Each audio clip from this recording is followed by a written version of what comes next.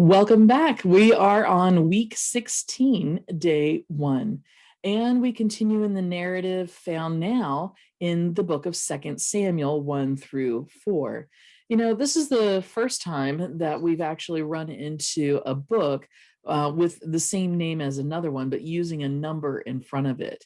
And I just wanted to take a moment to point out that this is actually the same book.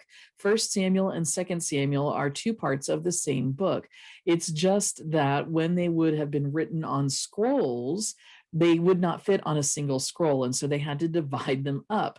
And that's where those 1st and 2nd Samuel, 1st and 2nd Kings, 1st and 2nd Chronicles comes from. It's actually just the same book. And we could call it Samuel, but at this point, we know that whatever was on the first scroll, we've already read. And so now we're on to the second scroll and chapters 1 through 4.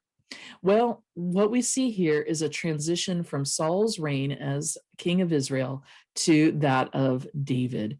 And we want to note in these readings about, David's character and his zeal for justice.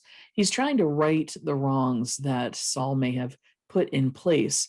And while he is not against bringing judgment when it's necessary, he also recognizes the need to extend mercy, as in the way that he reaches out in mercy toward Saul's family, even though Saul pursued him and even tried to kill him for years up until this point.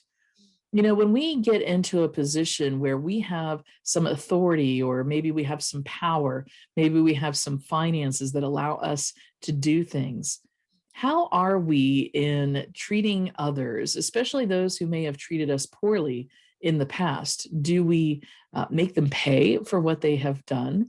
Or do we allow ourselves to remain merciful and trust that God will bring about any judgment that was required?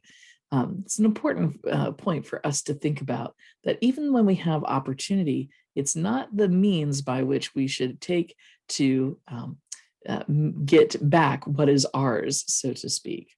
Something to consider as we read this passage tonight.